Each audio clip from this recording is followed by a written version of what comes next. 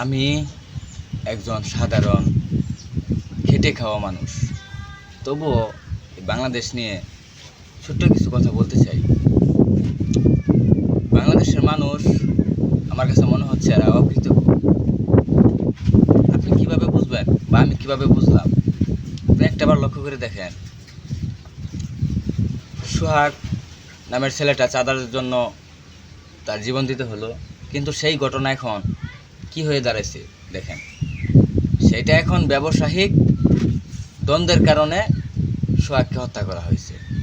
এটা একটা ব্যবসায়িকের মাধ্যমে চলে গেছে।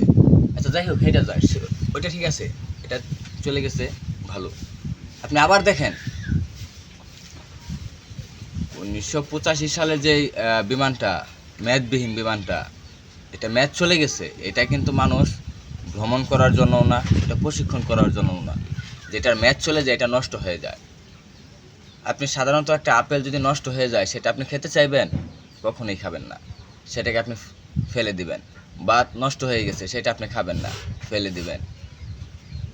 তাই নষ্ট জিনিস আপনারা কখনোই ব্যবহার করবেন না। আজকে এই নষ্ট জিনিসটা যদি ব্যবহার না হতো, তাহলে আজকে এই মাইলস্টোন কলেজের হাজার হাজার শত শত স্টুডেন্ট এইভাবে তাদের প্রাণহানি হতো না, তারা আহত হতো না।